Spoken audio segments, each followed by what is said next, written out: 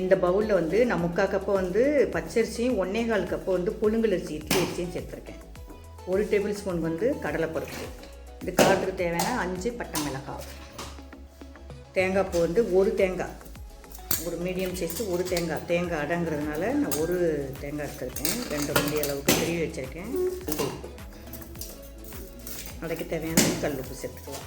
இந்த அரிசியை நம்ம கொஞ்சம் கொஞ்சமாக சேர்த்துக்கலாம். அவ்வளோதான், மொத்தமாக சேர்த்து அரைச்சிட்டு வந்துட வேண்டியதான் தேங்காய் அடைக்கு. இந்த அடை வந்து ரொம்ப டேஸ்ட்டாக இருக்கும்.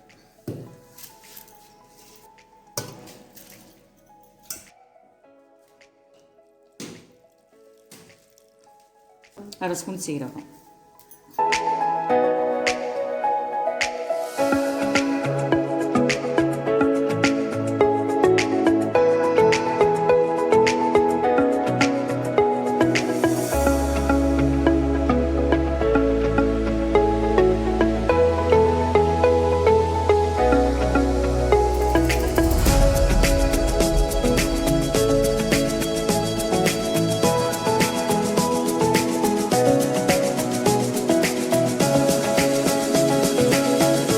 தேங்காய் அடைக்கு இந்த தக்காளி சட்னி நல்லா டேஸ்ட்டாக இருக்குங்க.